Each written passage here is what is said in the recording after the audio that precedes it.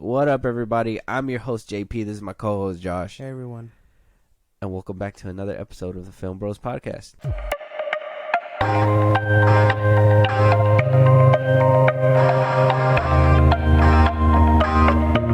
What's going on, everybody? So, we got a few topics to go ahead and run down. We got a few conversations. I apologize if my voice sounds a little funny or funky. I'm under the weather thanks to my co-host over here, Josh. It's not my fault. It was clearly his fault. He brought some disease into the home, and It's not a disease. It's not like he brought a COVID disease. like He that. brought the disease into the recording booth. So I'm gonna do my best. Show must go on. We're here to, conversate, keep you guys up to date. So that's exactly what we're gonna do. And the very first thing that we're gonna be talking about. Wait, but before we get into the news, let's hear a word from our sponsor. Today's episode is sponsored by ZippyStream. If you are wondering how we make money to run our podcast, it's all because of this innovative platform. Here at FilmBros Podcast, we absolutely love using ZippyStream. It's the easiest way to convert listeners into an email list, but best of all, they find us sponsorship so we can keep making money doing what we love. Suppose you're also a podcaster thinking about starting one. ZippyStream will help you find and manage a relationship with brands that are relevant to your audience. If you want to learn more, contact us as soon as possible. Everyone that signs up this month will get to claim £10 as a joining bonus, which is around $12 or something like that. Just reach out to us by email or social media DMs, and I'll put you in touch with the guys at ZippyStream right away. Now back to the pod. Is the delay or the seemingly delayed Suicide Squad Kill the Justice League, apparently, which was supposed to release in May 26th of 2023, according to Bloomberg's Jason Schreier. He went ahead and went on Twitter to kind of let people know what's going on, and he says in this tweet that they wound up moving. This tweet came on March 9th, 2023. So he says, Jason Schreier, the delay also moves Suicide Squad out of the crowded release window that currently includes new Zelda, Diablo, and Final Fantasy games. For what it's worth, a delay like this is mainly for polish, not to overhaul the core gameplay that caused the backlash. Suicide Squad started off as a game as a service, and it will remain one short of a complete reboot, which would require a much longer delay. So this comes from after the backlash that happened, obviously, with the state of play that happened for PlayStation, where people were like, "Oh, it's gonna have what is it? The Battle Pass the Battle Pass, and then the whole. I guess it doesn't look challenging or whatever. I don't know. Not challenging. You got guns on Captain Boomerang. You got apparently people are ripping this game to shreds off some simple gameplay. So. And this is what I think is hilarious about this, is because we got people that go ahead and complain, and then we get a release date so they can go ahead and fix the things that people are complaining about, and people are like, well, why do you guys keep delaying it? Why does this keep happening? Blah blah blah blah. But it's the fans, right? They're listening to the fans, basically. Yes, yeah, it's the fans. I don't know, because delays aren't that common. They became common around COVID time. You know what I mean? But that was understandable. Now it's just to polish things up. But I'm like, no, you should be ready by the time the deadline comes through. I think. I think this all boils down to the whole, like I told you, where people put out like trailers too far ahead of time, and people go ahead and make their speculation, and they think that this is the way it's supposed to go, or they think this game is going to happen this way, but then they go ahead and they finally play it, and it's a completely different game, and is praised and beloved. But I honestly think it's just the impatient of people, and people getting little sneak peeks, and then going ahead and just automatically just out there, letting their minds go wild, spoiling the game for themselves, honestly, in my opinion. Because if you're over here, you see a battle pass, right? And you're just thinking of all the shit all the bad that comes with a battle pass. I get it. Battle passes come with bad problems sometimes. But if they made it clear that this is purely cosmetic and you can easily get it if you want to or you don't, what's the problem? Exactly. You know, if it winds up ending up like Fortnite, where you can, you know, say the costumes that are on the battle pass, you can easily purchase them for like $20 on the side or $15. What's the issue? It's the same thing as like a Fortnite game, you know? Exactly. You could just, I mean, you could be boring and totally just play with the normal skins. You don't have to do it. No one's telling you to buy the battle pass. It's not like, because I mean, Fortnite is a bad example. I know they created it, but they kind of steered away from what it once was. Now to actually get all that exclusive shit, you have to pay for it. Yeah. Or the V-Bucks or whatever. But like, you can, if it's more of like the store, you can just buy the skin and that's it, or the character or whatnot. In Fortnite's case, or with the Avengers, it costs you an arm and a leg for those little token shits. So I mean, Oh, really? Yeah. Well, yeah. I mean, I haven't checked the prices in a minute, but like 1,000 is like $15 or something like that. Damn. So I'm like, you're only gonna get each costume is about maybe 100, so you're only gonna be able to get like 9 of them, 10 of them, something like that. Yeah. So like, I mean, Avengers did it wrong. Good thing all that stuff's gonna be coming free at the end of the March, but that's beside the point. And Yeah. then, for the Suicide Squad, yeah, no. If it's just cosmetic based, you could just play with the normal skins and be boring. You know what I mean? Yeah, I mean, I think this adds a layer of preference. You want new skins? Do you want these classic suits that they come with? Do you want to be able to customize it with different things? I mean, that's what everybody wants. Everybody wants a bunch of skins. Everybody wants a bunch of customizable things. Exactly. So I want to see Harley in like her first appearance costume with the Jester outfit, or what she wore. Okay, well, probably not what she wore in Arkham Asylum, but you know what I mean, like something along those lines. And then, or they say it's connected to the Arkham verse. Why can't we see her for what she wore in Arkham City, because she was like grieving or whatever? Yeah. Or in Arkham Knight, that little I don't know, dress she wore. Mm. So I mean, like I the want one that everybody was trying to look at because she was double cheeked up under there. Yeah, yeah, pretty much, yeah. But like that's the suits I want to see. And then for King Shark, like I want to see him and other things. I know I saw the one where he's wearing like a Superman shirt or whatever, and I'm like, that looks cool. Or Deadshot. I want to see him supporting a similar outfit to the movie. Like, that would be cool. That all sounds cool to me. It would be I wouldn't nice. mind paying $10, $15 for it. I don't know, man. I don't know. It just seems like we're just going to have to wait a little bit longer. He says it's not a huge overhaul. That it's just, polishing up little things here and there. Look, I get things get delayed. And you know what? I think you're wrong. It didn't happen during COVID. I think it got worse when COVID hit. I think what was already backed up even more. Yeah.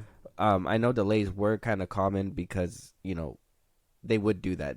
With the internet coming up and everything, and people, I think social media started getting more prominent back in like 2013, 2012, something like that. So like, as time went on, back in like 2016, that's when things would get worse, when people on Twitter would just shred shit up and be like, what the fuck? What are they making? Whatever, blah, blah, blah. And then boom, delay.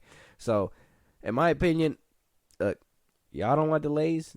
Just know whatever they're giving you, you got to be happy with it. They're trying to please everybody, but they know they're not going to do that. You know what I mean? That's the shitty part about art. You know what I mean? You're trying to please everybody, but you know it's not going to happen. And like, even for video games though, you could just not play it. That goes for just about anything. Yeah. You don't want to see this movie? Don't see the movie. You don't want to look at this specifically or listen to that music because of this, and that. You can not do that. Yeah. But like, all that backlash, because I mean, I was fine with it. I'm waiting for this game. It's one of the PS4 games that are still coming through, I think.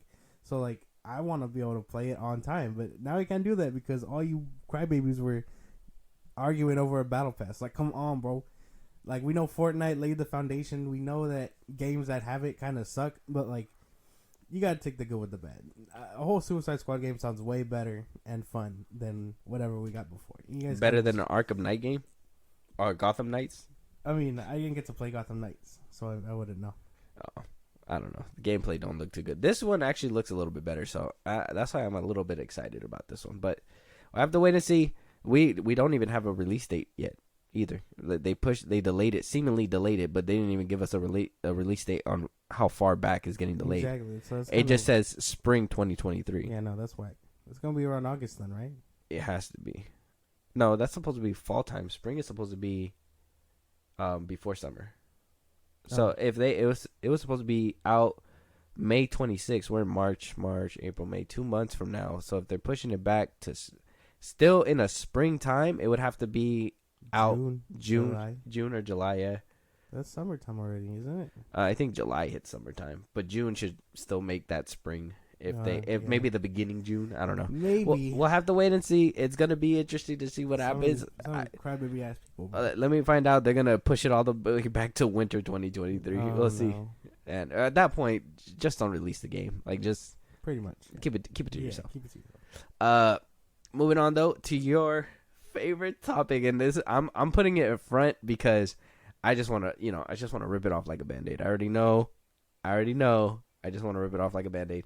So we got a leak actually. Tom King wound up coming out on a live, okay?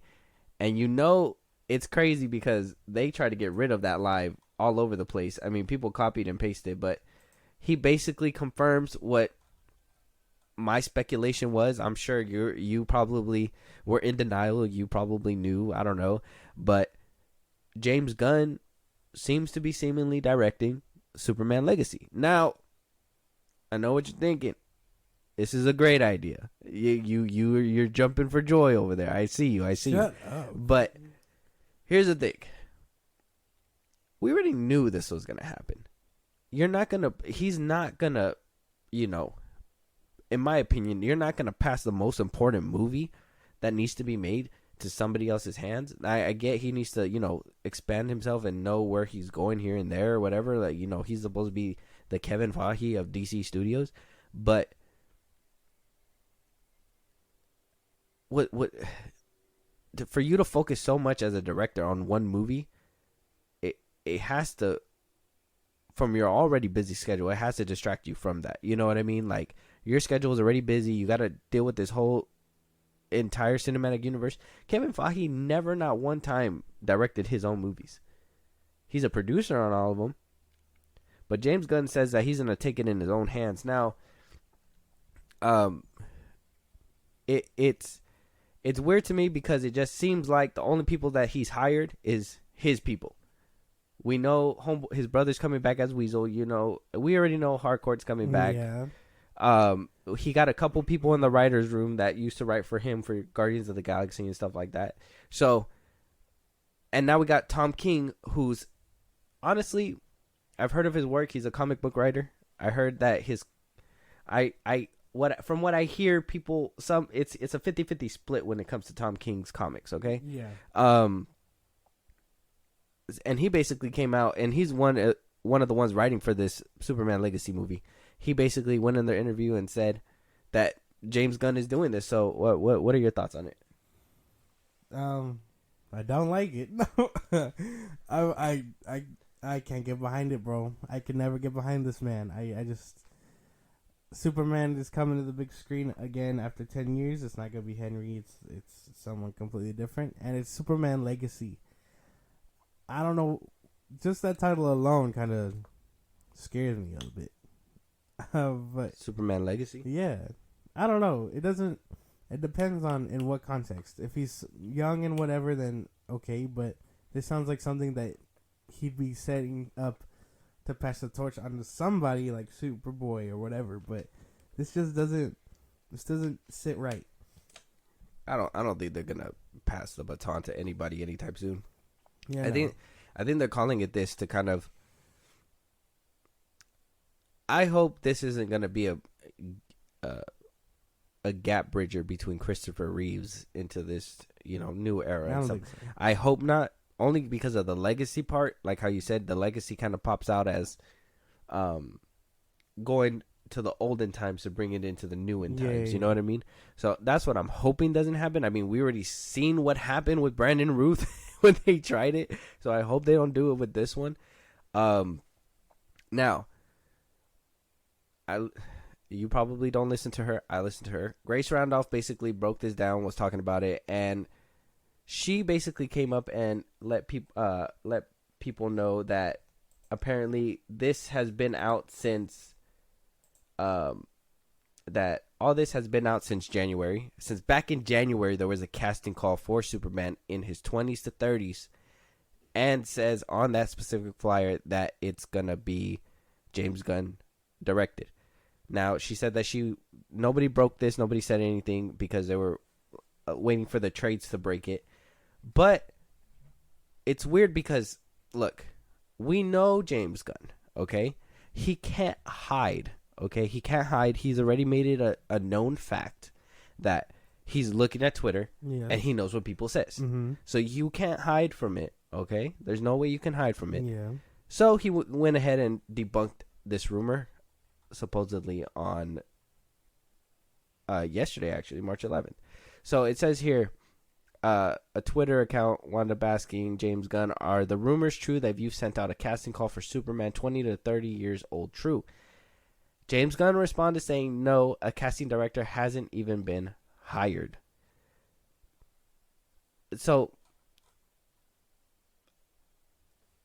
maybe I'm just an idiot. I don't know what goes on in the inner workings. I know there's people that are there to help cast these people, but the person that's casting them is the director, right? There's people there on the side that, probably help out, say, hey, this chemistry was good, hey, this one. But at the end result, the director and then up to the studio has to, I believe that's how the ladder goes. The director says yes. No, the little people say yes, which is his, lackeys, the people on the side of him who are doing the test screenings with them, the chemistry, actors, auditions, whatever. Then you have it up to the director who they want, right? And then you have up to the main person on, which is the big boss, president, whatever, David Zaslav in this context. So there's, in my opinion, that's the chain of command. I'm not sure. I'm not. Maybe I'm reaching. Maybe there's a different process. Maybe James Gunn has been doing this more. But it sounds like to me that he's trying to deny this director's rumor. What does it sound like to you from that tweet? It just sounds like he hasn't.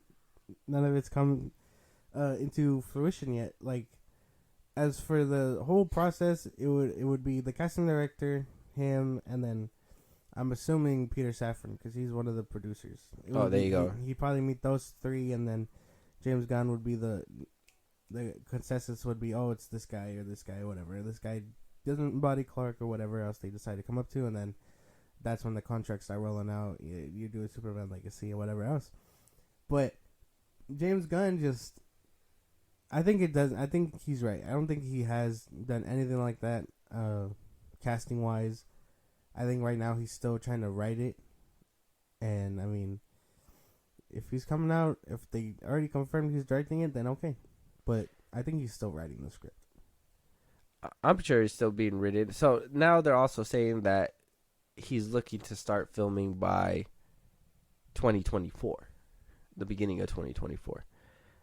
Maybe get things dealt with and signed by 2023 sometime, maybe by Comic-Con. You know what I mean? Like maybe start gearing up. Mm-hmm. Maybe that's when he was even waiting to, say that he was a director. I'm not sure. The thing to me is that everybody in the Mamas basically know that he's going to direct it. And Tom King coming out and saying that in that interview, people trying to wipe it off, right?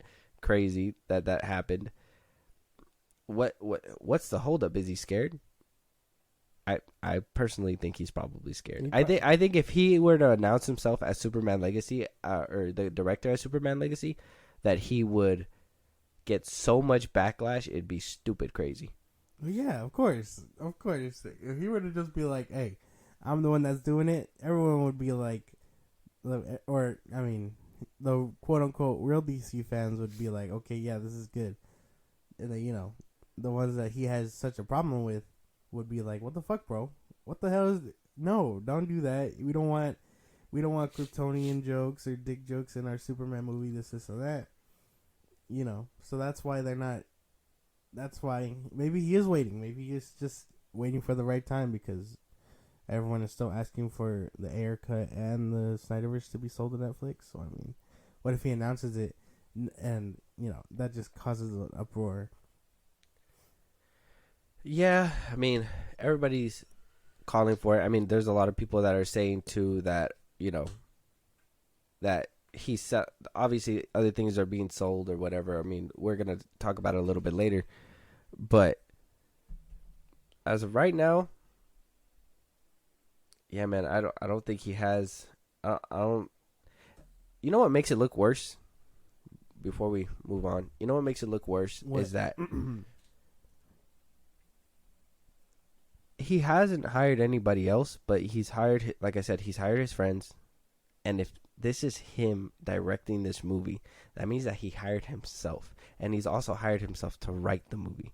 You know what I mean? So if that's the case, then he basically is giving the money out to himself.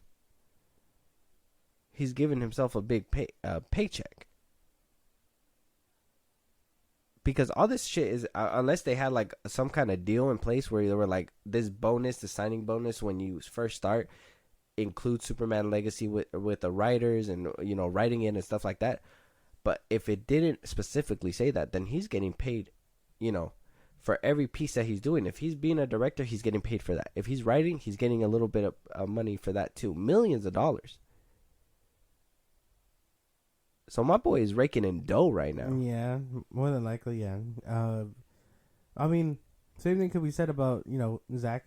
Back when he was doing it, he was the one that was set to do the whole plan, and then the whole, you know, it fell through and stuff. But I mean, he was basically in that kind of boat also. But that's what I don't think that's. I think that's why they hire directors to do the job, because they don't want someone to just sit on the sidelines. They want someone that knows how to do stories and the camera work and things like that. Not like a Kevin Feige for DC would be dope, but Kevin Feige is just the producer. He doesn't really know. He knows how to map out the story and like look at the map, but he doesn't really know what goes on behind the camera or what it takes to write a story and whatnot.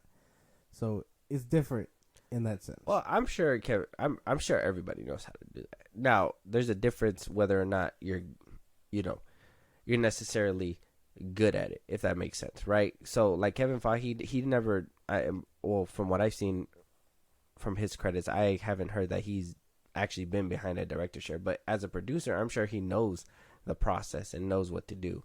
You know what I mean? Same thing with Peter Safran. I'm sure that he knows the process and what to do. Maybe not the little details that go into the little pieces, but I'm sure they have a generic sense. I don't know, because I mean, to be a producer is different. You're there, but you're only there to make sure that things are done on time. Your cast is set. Your director is there doing whatever he needs to do and on the job, so they can meet that release date. And obviously, make sure crew is around doing their part and stuff. He's basically the glue to everything else. Yeah. And while he's not the smoke, he's just one of the people that watches the people pour coal into the machine. You know what I mean? So okay. that's what it means to like produce. It just means to front the money and make sure your crew and all that is good and settled. So that way when the movie comes out, you're like, all right. But that's what I mean. I don't think he knows how to write a story and direct and stuff. I think his whole thing is like, okay, yeah, Phase 4, multiverse and stuff. Now we're dealing with Kang. I know how we get there. I just need someone to put it into a script, get behind the camera, film it, and then we'll get there. But for James Gunn and them, he's mapping it out, and he knows his way around the camera and the story work. So it's basically 2 or 3 in one. Okay, so am I hearing a hint of faith out of you? No. No. Yeah, it sounded like you were kind of like James Gunn might be able to do this because he's a 3 in 1. No, I still hate him with a passion. I haven't gotten any of that. He's better. He's quote unquote better than Kevin Feige because he knows he should know what he's doing. But no faith. How many superhero movies has he put out? He's put out Guardians of the Galaxy 1 and 2. Does the special count? Yeah. Suicide Squad. TV show, The Peacemaker. Does Brightburn count? It would. I would assume. Superhero based. Yeah. I think that's it, right? Well, he did Super. That doesn't count. That's not a superhero movie. I mean, it's about a hero, but not a superhero. Oh, then I guess it doesn't count. But yeah, he's done those, and then that's about it. So let's say 6 movies that are superhero based. Let's run it back again. Guardians of the Galaxy 1 and 2, right? We got the special, if we're gonna count that one. Yeah. Suicide Squad, Peacemaker, and Brightburn. Yes. Do you feel like any of those missed?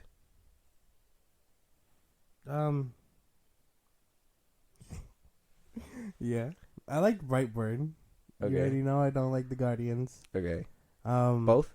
Yeah, no. Not even the first one? No. I could fucks with the first one. No, Second no, one, no. meh. No. Neither really did it for me, and then Okay. didn't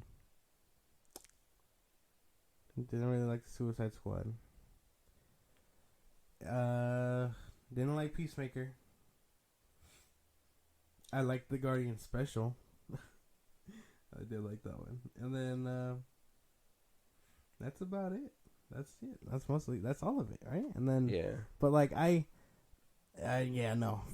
I don't really have much faith in him because I don't want raunchy dick jokes in my Superman movie. It's not for me. But he doesn't do that in like Guardians of the Galaxy. Partly because he's not allowed, but Yeah. I see, and this got me kind of worried too. Okay, because to be honest, I think maybe like the second Guardians I didn't like. The Suicide Squad, I'm kind of still in the middle. I like it some days, I hate it some days, and I mean Peacemaker is just not the show for me. I finished it, but it was funny at times, made me chuckle, but it wasn't like the greatest piece of work he's put out. And Brightburn's cool. Brightburn's really cool. Him having all these people that he's hiring, right? He's hiring himself. Do you think that he has people that aren't him or his buddies that will tell him, hey, you know what, maybe you don't want to put a dick joke in there, maybe you don't want to be so raunchy in this movie, you know what I mean? That it's somebody there to tell him, hey, don't do that, if that makes sense. I would sure hope so. I'm hoping it's Peter Safran and David Zaslav. I'm hoping you hope they're not just in the room with him like, yeah, dude, fucking do that. Like I hope that he does have someone like that, because I mean, he's saying that it's all for like the story and all that, but like I don't want any of that. Hopefully there is someone that's just like, hey, this dick joke, take it out of there. Don't put that in there, whatever else. Because bro, I don't want to hear it. If you're cool with Superman hearing that, are you really a Superman fan? That's what my question. Nah. Well, I'm hoping he knows better and he doesn't do that. Because, I mean, shit, if I want to even say, too, like, even in Brightburn, it wasn't heavy with that either. So, I'm hoping he knows when to stop. You know what I mean? And I'm hoping people know him and are telling him, hey, you know what? Maybe you don't want to put that in this movie. You know what I mean? Like, it's like it's that meme where like it's like the boardroom and he's like, how do we do this? And then you get the two people that say something, and then someone says something out of pocket and he throws them out the window. Have you seen that meme? Yeah. It's like kind of like that. He's like, maybe don't put that the dick joke in there. He's like, get out. Get out of my office. Out the window, bro. Out the window. I guess we're just going to have to wait and see. It doesn't seem like he's denying or confirming these rumors. I'm sure he's not going to up until maybe Comic-Con. I'm hoping Comic-Con he gives some clarity on this stuff. I mean, I was hoping he does it on Twitter. I mean, you talk about everything fucking else. Just be upfront, man. Just say whether or not you are directing or you're not directing. You know, you were seen willing and able to be like, oh, yeah, no, Wonder Woman is going to stay, or, this is going to stay, or who, blah, blah, blah. He's always on Twitter. Be consistent, bro. That's all I'm saying. Consistency is key. But yeah, we'll wait to see what happens with that. I mean, hopefully, like I said, Comic-Con might be the time. But we also got a little DC tidbit, I like to say a little nod to one of the greats. See, I like Michael Shannon as an actor, and I like him as General Zod. Yeah. And so he was in an interview with Looper, basically talking about the Flash movie, why he's back. From what he says, and this is his direct quote, He says, as memory serves me, I think I died in Man of Steel.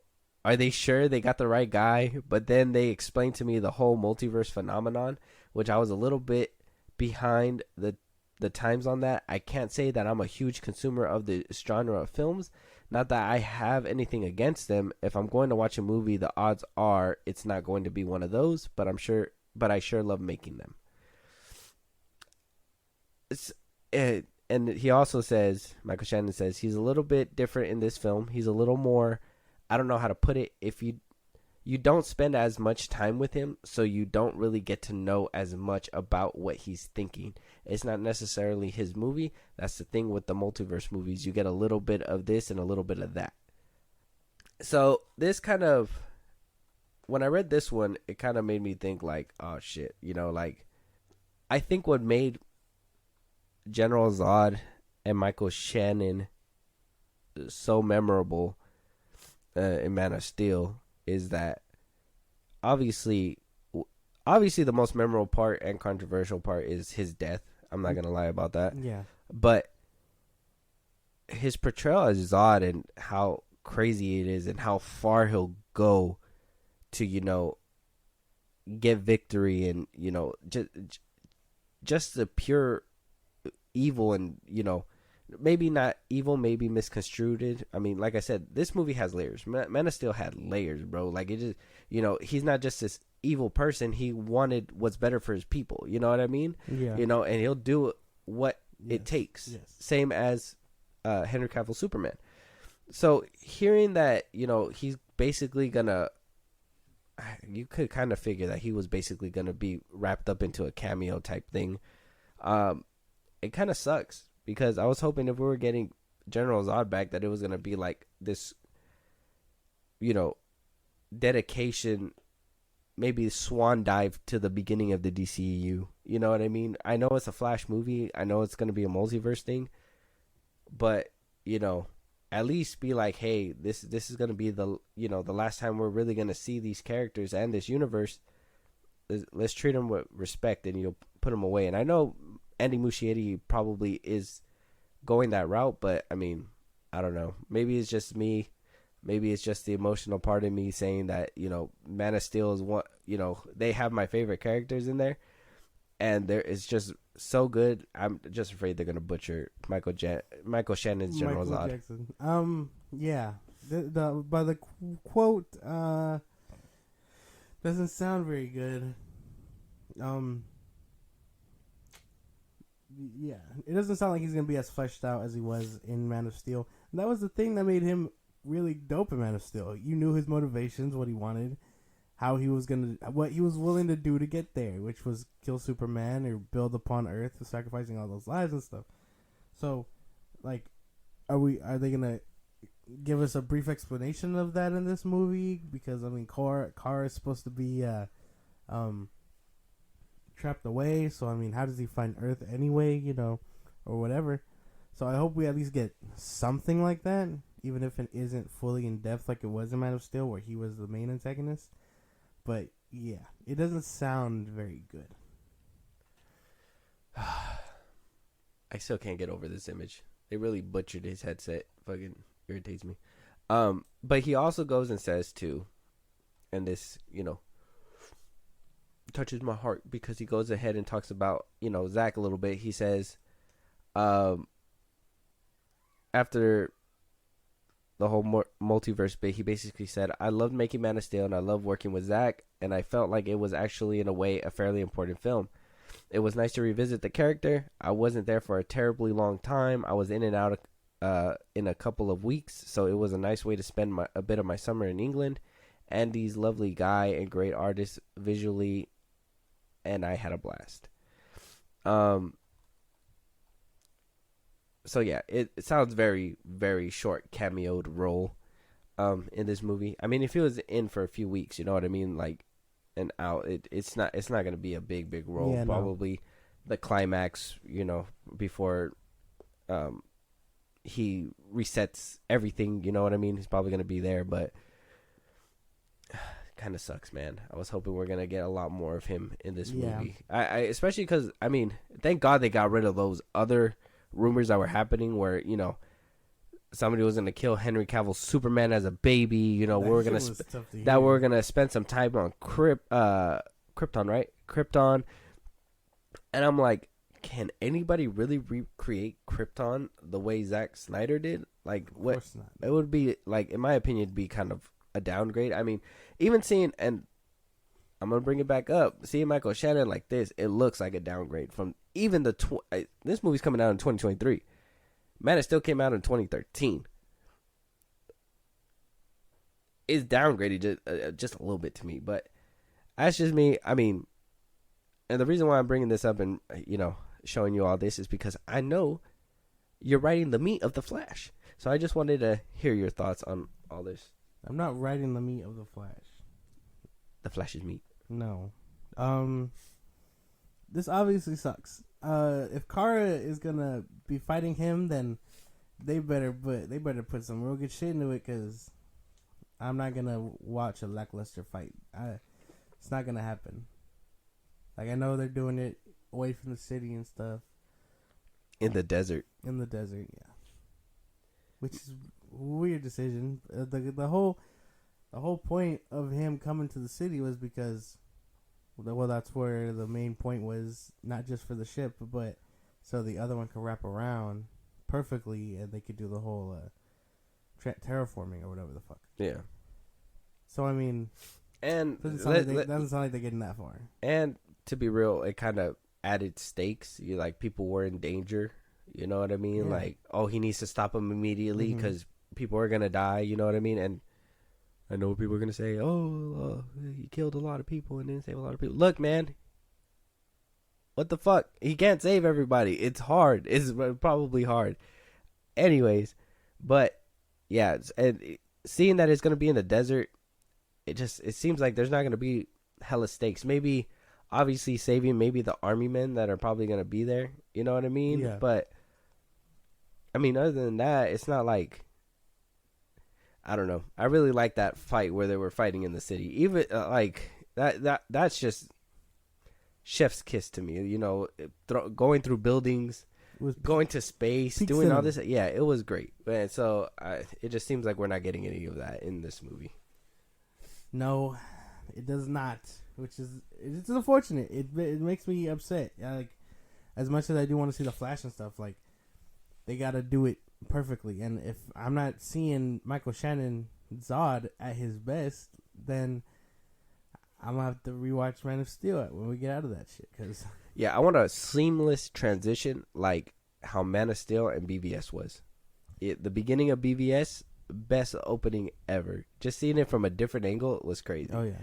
But, like, if we could see it from a different angle with multiversal stuff attached to it, they have to do a little bit of that stuff. Yeah. Kind of piece it together like it was actually happening in 2013 Man of Steel. I guess we'll have to wait and see. But earlier you were talking about, DC selling IP. Well, we heard that they wound up selling that Batman Cape Crusader that we wound up talking about. Oh, fuck yeah. Yeah. By Matt Reeves, Bruce Timm, and J.J. Abrams. Wound up going to Amazon. They ordered 2 seasons, so we're getting 2 seasons at least of this show. A continuation from the original Batman animated TV show, right? Is it? I thought it was a remake. It's supposed to be a continuation, kind of like what they're doing with X-Men 97. Interesting. Yeah, that's what they were going for, to have it continue off. Oh, see, I didn't know that, because I mean, well, the way I understood it was that the whole animated universe pretty much ends like it. How do I explain it? Okay, so Batman kicks it off with the animated series. Yeah. Superman gets his animated series, and then that spins off into Justice League Unlimited, and then the end of that is the whole Batman Beyond thing. So, that's all one universe, all one timeline type deal.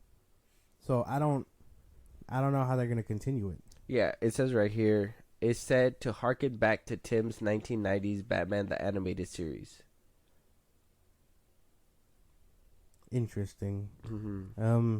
Yeah, I don't know how that's gonna work. It'd be nice to see a whole new like, what is it?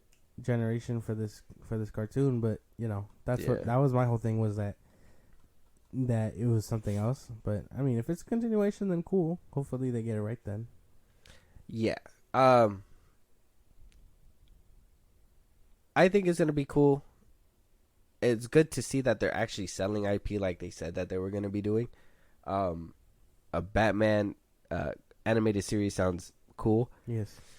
Now this has kind of, it's funny because it's always like a knee-jerk reaction. It triggered a knee-jerk reaction to the Snyder fans to be like, well, if they're selling these IPs out, why not sell Zack Snyderverse, the Snyderverse, to Netflix? People are hearing, because they also sold another piece of IP to Netflix. It was a smaller DC property, kind of like that Antler show that Robert Downey Jr. produced. That was a DC property that they rented out to Netflix. Mm-hmm. Hearing that this is moving to Amazon, do you have hope that it's going to go to Netflix? I mean, does this give you a little bit more hope that this might happen? If they're selling these IPs like this or renting them out, you know what I mean? Is it more possible? Is it more inching towards the way of the Zack Snyder's Justice League kind of thing? You would think so, but man, I don't know. Amazon can make it work. Netflix is kind of in debt and struggling, and like I know something that's like the Zack Snyder's Justice League and stuff could make it big and could totally save it. Sorry, I'm studying a lot. I had coffee, so I was just you're jittery. You're thinking all over the place. I'm trying to like slow down, but like it would make sense for them to do that, and it would be cool because not only does it save Netflix as much as their prices are hiking up, it would save them, give the Snyder fans what they want, and give DC a chunk of change. So like it's a win for everybody, but they're still not gonna do it for some reason. I don't know. Never say never with these kind of news. I think it's like Warner Brothers in debt, Netflix in debt. You know what I mean? It's so like it'd be a win. It is a win-win. They could fucking. I mean, if they wanted to, they could put Zack Snyder's JL on that.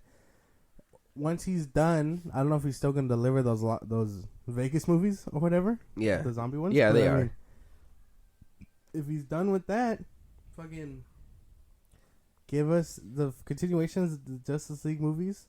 You can throw on the Man of Steel and whoever else up there, and then you can even throw the Air Cut on there. But That's no, true. they don't want to do that. James Gunn. I blame James Gunn for this shit. Like he's holding them back. I don't know, man. Also, he can get his universe off the ground. Ugh. We'll have to wait and see with that one. At least with the Snyderverse thing, at least we know that we're getting these IPs sold or at least rented out. So if, in my opinion, if that's happening, that has to be an indication that that there's a deal to be made. It just hasn't been found yet. If that makes sense. Mm-hmm. You know what I mean? All right, guys. So for this next portion, this is kind of a spoilery part. We are about to spoil a cameo in Shazam 2 Fury of the Gods. So if you guys don't want to know and you guys want to go into it fresh, I suggest you skip this part. Go about your day. Yeah, just skip this part and, hopefully you guys find the right number. I don't know if, Josh, you can put a timestamp or something. I don't know. Yeah, it's of when we stop talking about it. Depends on when we do, when this whole thing goes on. But I mean, yeah, I don't know. Okay, Good luck. All right. So, spoily part. Here's your disclaimer. We talk about it for maybe 10 minutes or so. You can skip to around, I want to say, 50 minutes. We talk about it around the 40-something mark. You can jump around to 50. But again, spoiler. Here's your warning. Enjoy. Coming in. Here we go. We got it spoiled on a TV spot, nonetheless, that Wonder Woman is officially confirmed. Now, last week we were talking about, is Wonder Woman going to be in Shazam 2? Yeah. Is it going to be a stunt double? Is it going to be a stand-in like, she was in the in Peacemaker show? Same thing with Henry Cavill and Shazam 1, you know what I mean? Yeah. Like, is it, Oh, well, we're man. going to get a chest up, frame. And it's been confirmed that it's not. We got it spoiled here with a little TV spot. I'm going to play it just so we can. I'm sure you've seen it already, right? No? Okay, well, I'll show it to you. Stick to saving the world, kid. Nice. That Wonder Woman. has to be the ending. That has to be the end of the movie. Everything's done. He's flirting with her, whatever, joking around, and, she walks away or whatever. But Wonder Woman confirmed for Shazam 2. Now, this has to be a mistake because David F. Sandberg even went to Twitter and was telling people to avoid watching TV spots and, if you want to go into the movie fresh. I honestly believe that movie was supposed to be released. That trailer was supposed to be released after the movie. Somebody is getting fired. Somebody put out the wrong trailer by accident. But and I had asked you too. I think there was a few episodes ago that I had asked you how long are you betting that it was gonna take? I'm trying to get my words out too. That it was gonna take to put Wonder Woman in a trailer to show her off and bring people in, kind of like what they did with Henry Cavill. The movie hasn't even released yet, and they did it before that. So I guess we both lost because I said a week. I think you said like they're not going to do that or something. Yeah, no. But we both lost. Okay.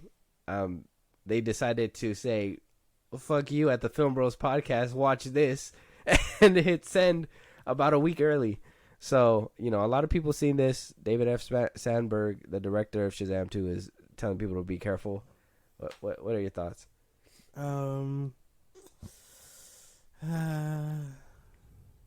Well, if this is true and the Wonder Woman is in it, it's still not gonna make me want to. Okay, it might make me want to see it, but not for a Wonder Woman cameo. Yeah, as much as I want to see her again, and like, I know she's like my favorite. She's one of my favorites. Yeah, it isn't enough. A 10-second cameo isn't enough, especially if it's the ending. But Josh, they tried to do that with Henry Cavill at Black Adam 2. I like Black Adam. You're a weird man. But look, yeah, and that's what I was saying too. Same thing when they were trying to promote Henry Cavill as being Superman at the end or whatever. The Rock, putting it out there a lot, and it was just, to me, it was ridiculous, and it kind of was like, okay, well, they're, oh, something must be happening, must be significant or something, Nope, just a 10-second cameo. Same thing with this Wonder Woman cameo, probably 10 seconds. Like I said, probably at the end of the movie, she probably helps out for a second. I don't know. I don't know if we're going to actually see fighting from her. Probably not. So to me, this is probably just going to be a cheap cameo, and that's fine. Obviously, we're going to watch Shazam regardless, and it's not because of Wonder Woman. It's because it's going to be our job, obviously. We got to do it. So, this doesn't really change anything for me. I was already hearing rumors that she might be in it. It was uncertain, and I was going to be kind of livid if they did do that whole chest up thing, but if she's just a cameo, it's good to see her back, but yeah, I'm not going for rewatches just for 2 seconds. And just for Zachary Levi to hit on her and her walk away, nah, I'm good. They gave us the punchline. I'm good. Yeah, we deserve better. You hear that, DC? James Gunn, Peter Safran, we deserve better. Fuck. Stop spoiling these movies just so you can get us in the seats. We see what you're doing. Zaslav, you piece of shit. Like, God damn.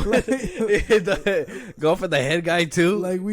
I know what they're doing. They're trying to get us in the seats. It's not gonna happen. We're gonna be there not for Wonder Woman, but because we're obligated to for our job. So you think this wasn't an accident? You think this was a purposeful move? Of course. Come watch the movie because Gal Gadot's in it? Gal Gadot, the one that we're getting rid of, is in it for 10 seconds. Damn, I thought it would be funnier if some random intern did it by accident. Damn it. No. If this is intention, yeah. Oh, it's a paid intern who did it on purpose? Damn, plot twist. He was probably like, yeah, I got you. Just hit send.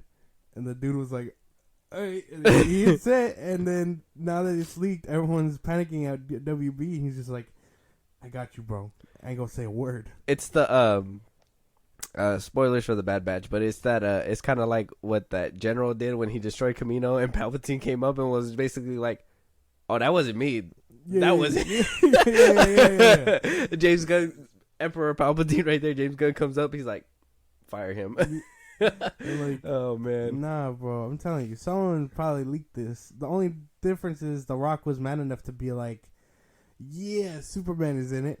He's coming back," and then some unknown name at WB was probably just like, "Oh yeah, damn, we're gonna get him in the chair." damn. I just realized I did a spoiler inception. It was a spoiler within a spoiler.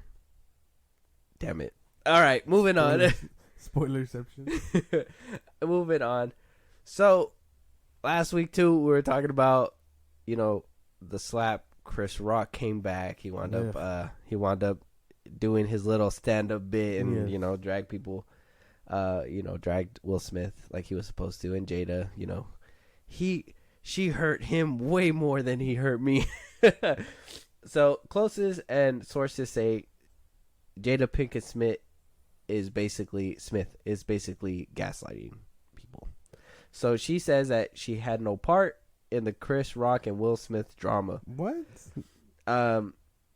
This comes from a source that Will Smith and Jada basically paid to tell the people that we didn't watch it, but we did hear about it, and we see the things online, the little snippets or whatever. So she basically was told to tell them Jada had no part in all of this other than being heckled. Says source. Chris is obsessed with her, and that's been going on for almost 30 years. Look where he chose to film his Netflix special, her hometown of Baltimore. Obsessed. I know it's not politically correct to say these things. Oh, shit. But she's tripping. Like, that bitch tripping. She is tripping. There's no way he's obsessed. If you look at the footage from the Oscars of the slap, he made the joke. Will Smith was laughing and stuff. She gave him the side eye and was like, "You're laughing, really?" And he was like, I guess I'll stop laughing." And then that's when he quote unquote manned up, went to go slap him, and then sat back down, and then was like, "Keep my wife's name out your mouth." And then he was just like, "Wow, it was a G.I. Jane joke." And then, but it was clearly her fault. She's bullshitting. There's no way. Look, even in the Oscars, right? Like, she says that this beef has been going on for 30 years. Chris Rock and Will Smith have not been beefing like that. They were friends. That's from my understanding. I mean, maybe not close friends. I don't see them hanging out all the time like, Chris Rock does with his circle with Adam Sandler and them. You know what I mean? Well, I mean, I'm sure they know each other. I know they're friends, but they're not the bestest friends, right? What's that? Even when he walked up with him, but even when he walked up to him at the Oscars, he was welcoming him like a friend. You know what I mean? Yeah. Like, maybe you could say that was his job, maybe whatever. But at the end of the day, he welcomed him like a friend, and he got slapped for it. So, I don't think this beef has been going on, and Jada knows that this is her fault, and she is just gaslighting people because, to be honest, I think the bitch is evil. Honestly, she's just evil. Honestly, because what she's kind a pedophile. What kind of person goes, cheats on their husband, and forces him to sit down and talk about said cheating in front of millions of people, recorded so he can be a meme and be put all over the place? That's an evil person to me. That's evil. Why he's still with her is beyond me. Maybe because, he had a bad childhood. We hear about, his mom and stuff like that. He's talked about it. And I get it. But Jada is just evil. There's no way in hell. She is an evil person, I think. There's no way. And I think that's what compelled him to do what he did on that night of the Oscars.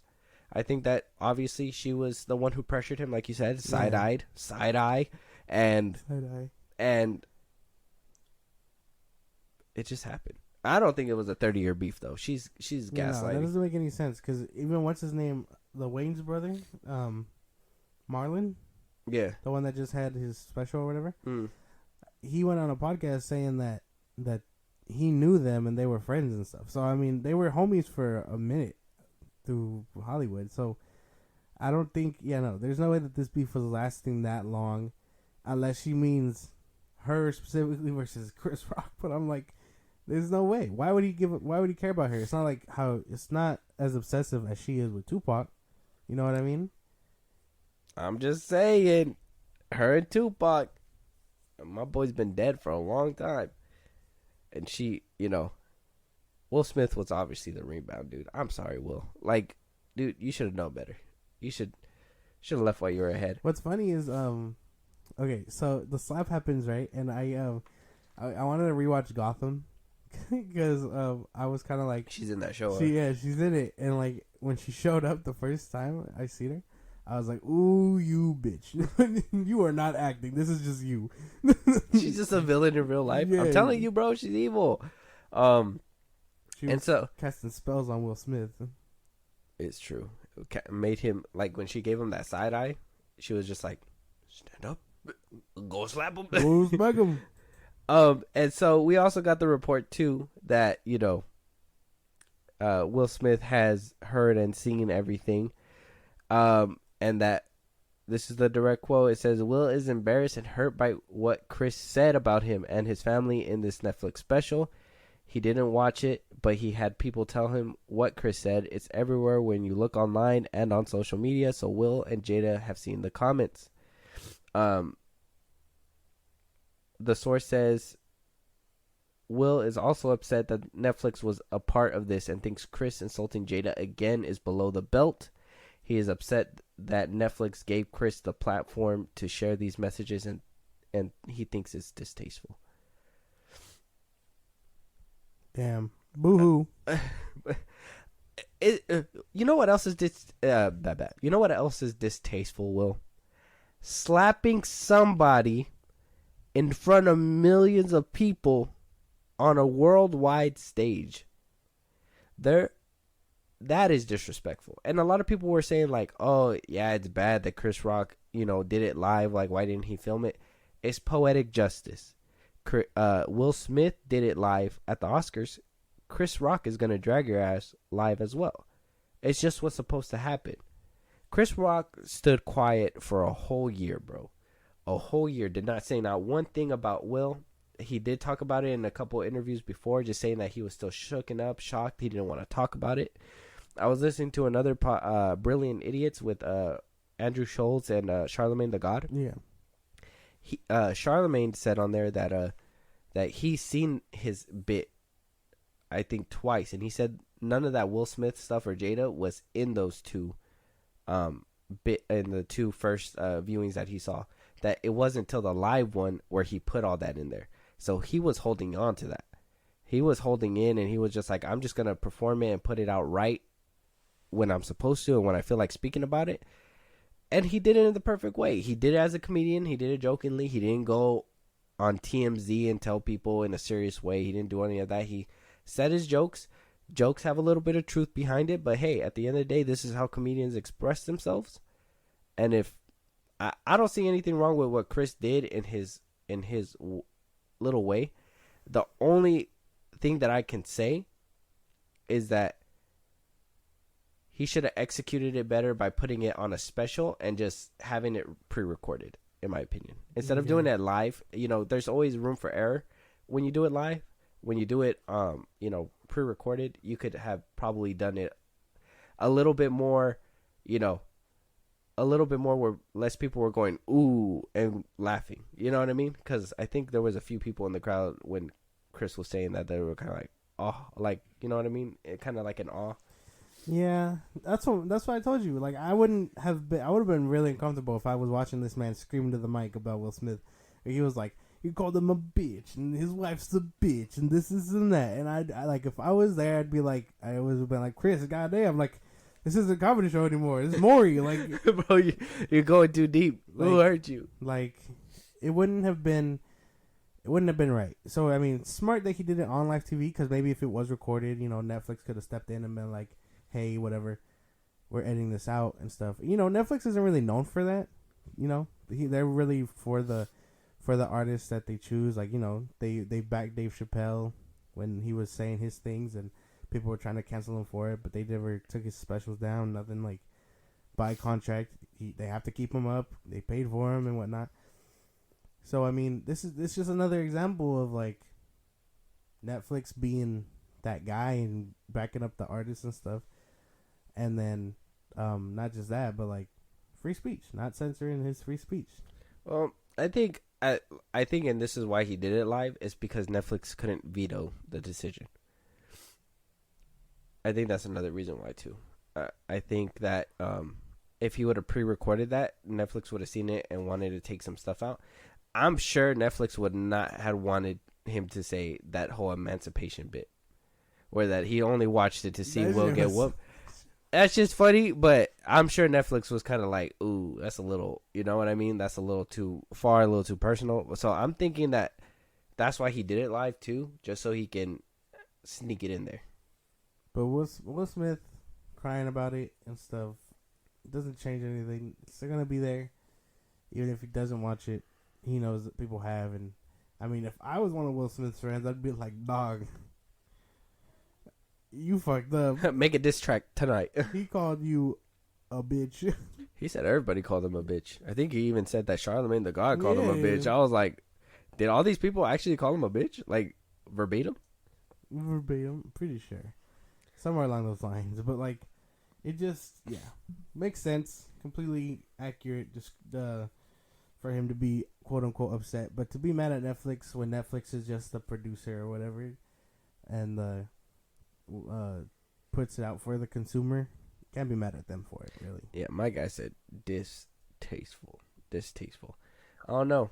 We'll have to wait until they give like an actual public message. I'm pretty sure Jada will go ahead and put them both on the Red Table Talk, and they'll talk about it live, their feelings and why Chris Rock is the devil, whatever, blah, blah, blah. It is what it is. Will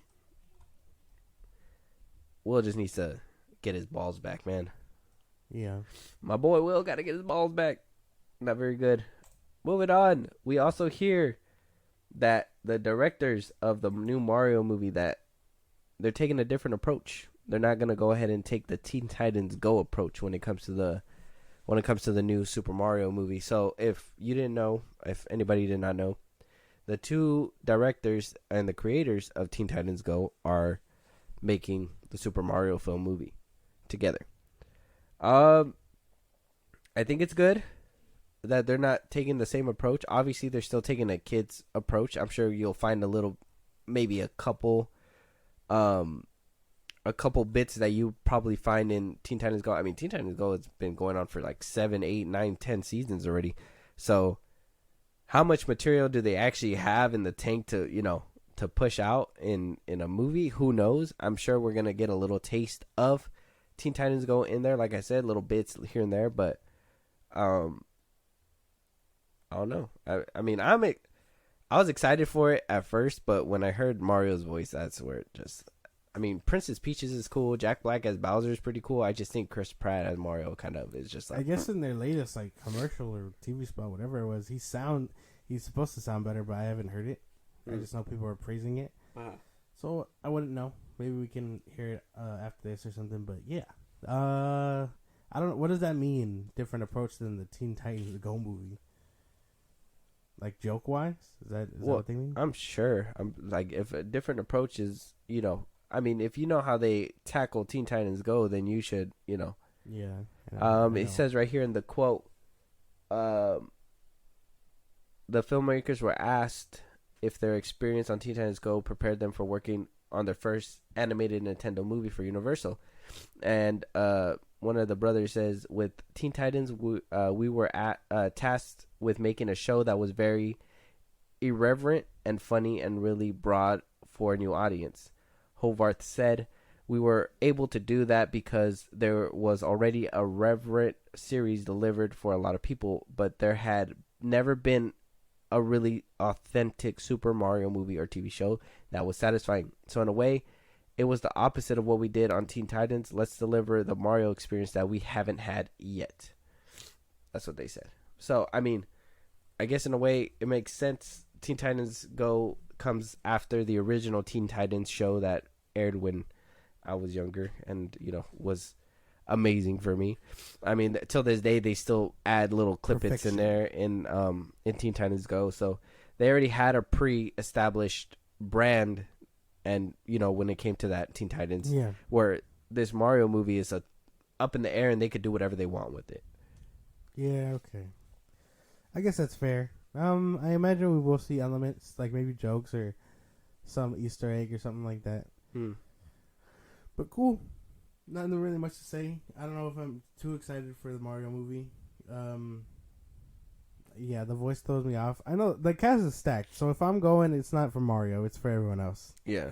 Honestly, the CGI in this movie looks good. Look at that dude's mustache. Clean. Yeah. Luigi's mustache looks clean. Yeah. Illumination's really... Their animation department is fucking crisp and clean. No caffeine. Yeah, so we'll have to wait and see with the Super Mario movie. I'm going to go watch it with the kids, obviously, so that's going to happen. Moving on. Mission Impossible reactions are praising Tom Cruise and Mission Impossible 7, but the president of Paramount Global, Bob Bakish, says that it's still too long. This is his quote. I haven't seen all of MI7, but I've seen a bunch of it. We've actually just did the first test screening for an audience last week, and the audience lost their mind, and it's still too long. They've got to cut it, but the movie is insane. It's like a complete thrill ride, and Tom, he's very good. It's too long? Reportedly, rumor has it, it's about 3.5 hours. Release it then. Release it then. Who cares? Let this one go out with a bang. Release it, Paramount. Well, it's a two-parter. So, 2-part, 6-hour movie. Damn. 6-hour movie. Oh, wow. Cut into 2. I'm for it. It's the last Mission Impossible. Let it be done. Either that or, like, cut it short and then release the extended cut. Problem solved. That could be it, too. I mean, look, man. All Mission Impossibles have been bangers. I don't think I have a least favorite. I think the least favorite has to be MI2. But from like MI3's third act is kind of weak, but it's good still. Ever since then, 4, 5, 6, not been able to. It's just a nonstop thrill ride. Those are great movies. Tom Cruise knows how to up the ante. So if a 3.5 hour movie is what Tom Cruise says, hey, you know what, this is what's going to be compelling and great for people, I trust him.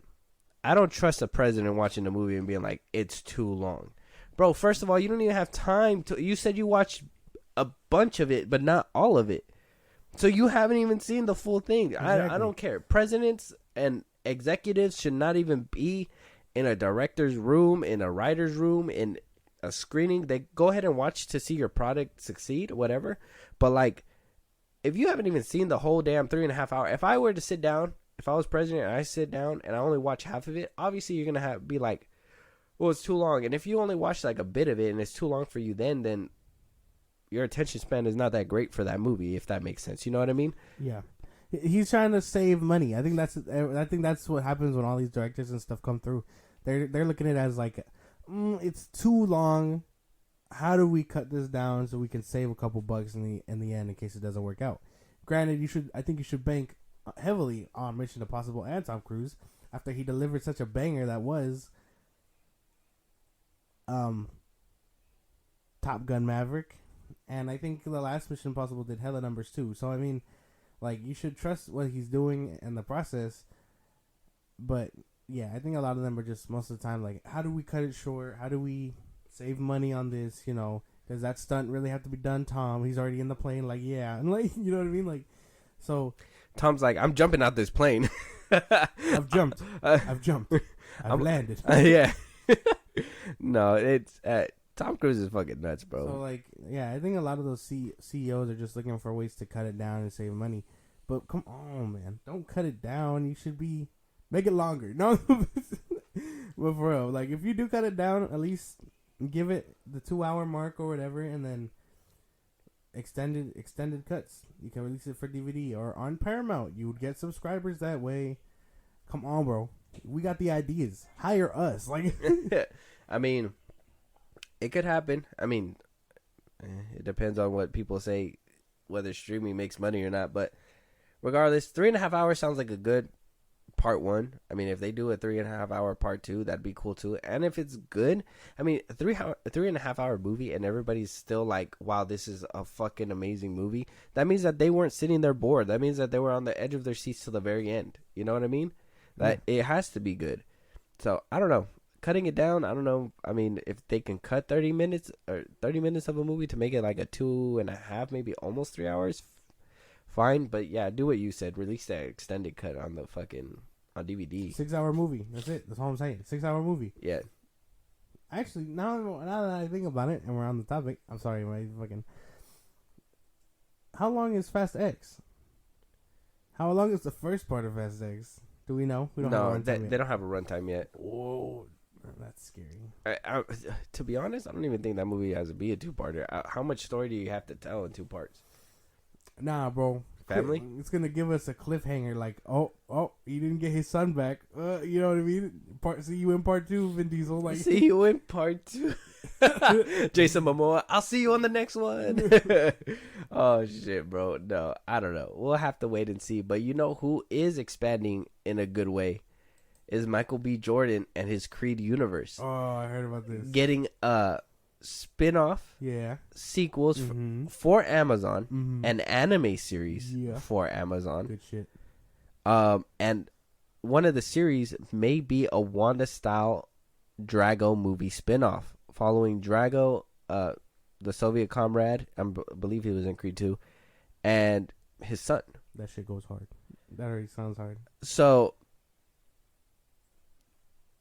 everybody's getting their own universe, and Sylvester Stallone's like, son of a bitch. he had his universe. I mean, and from what I'm hearing, this movie's crawling, and the second week is crawling to 200 million worldwide. So I mean, the numbers aren't out yet, but that's what it sounds like it's doing. So 200 million for a sports movie is fantastic. Creed 3 is great. I still haven't seen the first 2. I gotta watch the first 2, but the Creed 3 is fucking great. I gotta rewatch that. And hearing that it was heavily influenced by anime, by Michael B. Jordan, an anime style show to showcase those fights sound fucking clean. I'm glad you said that because there is boxing anime.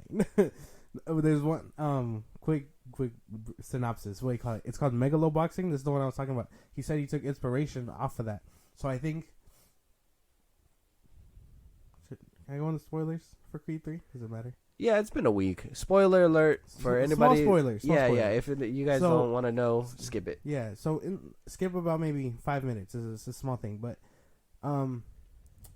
okay. So you know in the beginning when Creed he's watching his opponent like twitch or not twitch, but like see his muscle flex before it hitting. Yeah. That beginning part, I think that was influenced by Megalo Boxing because in the anime, the way it's like futuristic type boxing, and so they're controlled with like mechanics. They have like mechanical like think of like an exoskeleton from like COD. Then they wear something like that to help them box. Yeah. So I think that was probably like a nod to where like you could see like the machinery moving and then hitting. So I mean, kind of like that. I'll show you a scene from it. It goes hard, but like the anime would be dope. I'm excited for this. That sounds cool. I was like sick. Yeah, that's not a big spoiler, but that was cool though. Like I did like that too in the movie where, you know, he was analyzing, seeing how the arms moved, and you know, seeing the bruise just get bigger and bigger, seeing like, you know, the hits were stacking up on the opponent. Yeah, I'm down for a Creed universe. Like I said, I still gotta watch the first 2, but Creed 3 made me a huge fan of Michael B. Jordan's portrayal of this. The first one, like I said, haven't seen it in so long, so I don't remember, but I'll tell you right now, Creed 3, one of the best fighting movies I've seen in a long time. Like, in a long, long time. So, and I think the best one that I've seen before that was Creed 1, but I just can't remember it 100%. Unfortunately. Good luck to this universe. I mean, everybody's getting a franchise, so, I mean, might as well be Creed 2, right? Yeah. Very good that he can make it his own, now that he doesn't really have to rely on anybody. Because, I mean, if he owns the character and the rights and stuff, because Damn, shade at Sylvester Stallone. Well, I mean, Sylvester Stallone was never. He'd never really probably ever thought about an animated series ever. You know what I mean? That's true too. So, like, I mean, he's kind of old, so we just got Rocky over and over, and then the creative last Rocky movie, Rocky 6, was called Rocky Balboa. Yeah, so like not much going on, and then obviously with Michael B. Jordan, he does like anime. This was expected, I think. Yeah, so, good shit. Sounds fun. Sounds great. Excitement all around. Good job, Michael B. Jordan, and we'll be tuning in. Honestly, I don't fucks with anime, but if his anime looks clean and it's boxing, and it looks like what we saw on TV, yeah. I'm with it. I'm with it. All right, last little bit. We got a trailer. No Hard Feelings. Now, this one I've been seeing around. It's been a little controversial. A lot of people were saying if the roles were reversed, it'd be a little bit different. I'm hearing it's funny. I'm hearing it's a good movie, or at least a trailer. What's this called? No Hard Feelings. Oh, okay. Has Jennifer Lawrence in it. Who else? Let me see real quick. You had me at Jennifer Lawrence. No, just hit play. Yeah, no. Just hit play? All right, bet. Hi. Mind if I touch your wiener? What? Your dog. Stop! Gary! Court order for asset seizures. So they're taking my car? You went radio silent on me. Is that what this is about? Just last night, I thought, I missed that fucker. Is that true? Buongiorno. That's my cousin. Gary, I swear to God, he's my cousin. He's my second cousin. There's something seriously wrong with you. I'm an Uber driver and I don't have a car. I'm gonna lose my house. You think I chose this? Look at this. Need a car, date our son this summer, and bring him out of his shell before college. In exchange, we'll give you a Buick Regal. Date is in quotes. It's gotta be a joke, right? No, have you seen these helicopter parents? I'm surprised they're not gonna fuck them themselves. We've just been so worried about our son. He's going to Princeton in the fall. Oh, I've heard of it. You know, we tried everything to bring him out of his shell. He doesn't come out of his room. He doesn't talk to girls. Doesn't drink. So when you say date him, do you mean date him or date him? Yes. Date him. Date him hard. Okay. I'll date his brains out. He volunteers at the animal shelter. Hi. Mind if I touch your wiener? What? Your dog. How about I give you a ride home? This isn't the way to my house. It's a shortcut. You're my hostage. What you got down there? Something for me? Why? You tried kidnapping me! You're 19. Grow up. This kid is unfuckable. Have a drink together. He'll have a Long Island iced tea. This is the worst iced tea I've ever had. One thing about me, I'm the baddest alive. Dance parties. Don't know what to do. I just know my mom would have wanted me to save the house. He's probably just nervous. Why don't you loosen him up? We can go skinny dipping. What about sharks? Men here. Jellyfish? Not this season. It's really the lack of lifeguards. Let's get the fuck in here right now. Okay. I'm just a bit of a romantic. He's actually really sweet. The best part about getting older is not giving a fuck what people think. I'm an adult now. I can make my own decisions. That's good. You want to savor it. Savor it. Come on, you're getting out of here. You don't belong here. Let's touch me. Get away from her! Stay. Oh, fuck! We should go. Maddie, you can't outrun the cops! I can't lose my license.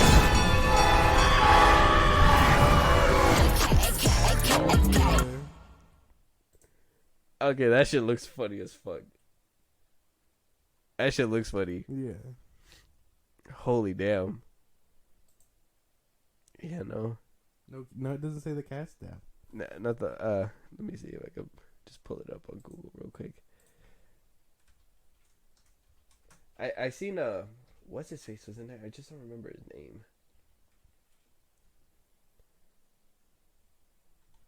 Right. Where's, oh, right here.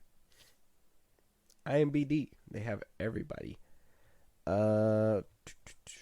Jennifer Lawrence, Matthew Broderick. That's who I was recognizing.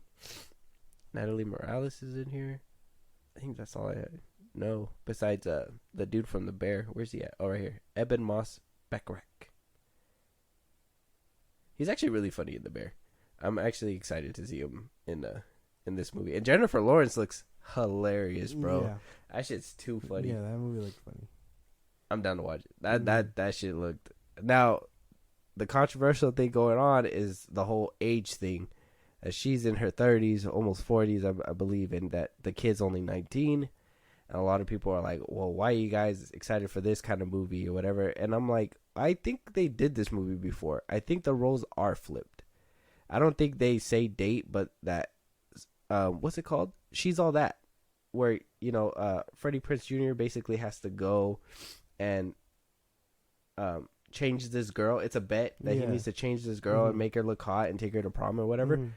It's basically the same thing just with parents and, dating or whatever. I think it's just a roles reversed kind of movie, but it looks like it's going to be executed beautifully. Yeah, it looks fun. As for the controversy, bro, everything's going to have controversy. Why is this and that? Why is the sky blue type shit? Like, people just can't, love something. They can't just watch something and be like, this looks funny. Like, yeah. I don't give two shits about anything else. Like, yeah, if you think about it, sure, it's weird. But, like, he's 19. It's not like he's 17 and, like, jailbait type shit. Like, no, he's clearly 19. His parents are trying to get him to break out of his shell. Like, it's not a big deal, I don't think. The pepper spraying part caught me. I was just like, what the fuck? I was like, okay. Yeah, funny. No, this movie looks like it's funny, but it's just going to frustrate me because it just looks like this guy has no game. I'm just like, God damn, bro. Yeah. But yeah, no hard feelings. Jennifer Lawrence, Ebon Moss, Backrack, Natalie Morales. It looks funny. It looks hilarious. Did it have a release date? Just this summer. It just says this summer. Okay, so this summer, no release date yet. Should be sometime soon. So look out for that movie. It's gonna be hilarious. With that being said, man, we're gonna close this one out. I'm starting to get a little stuffy. I don't know if you can hear my voice. Mm-hmm. We're gonna close this one out. Josh, go ahead and let them know where they can holler at us if they want to support us in a big way. If they want to go ahead and follow our socials, and where else? Twitter, TikTok, Instagram at FilmBros Podcast. You can hit us up. We post when new episodes are out and engaging stuff like the things you heard about James Gunn, Superman. Like, we post things up like that so you can comment and talk to us. If you wanna listen to us on the go while you're doing whatever you're doing, Spotify and Apple Podcast at FilmBros Podcast.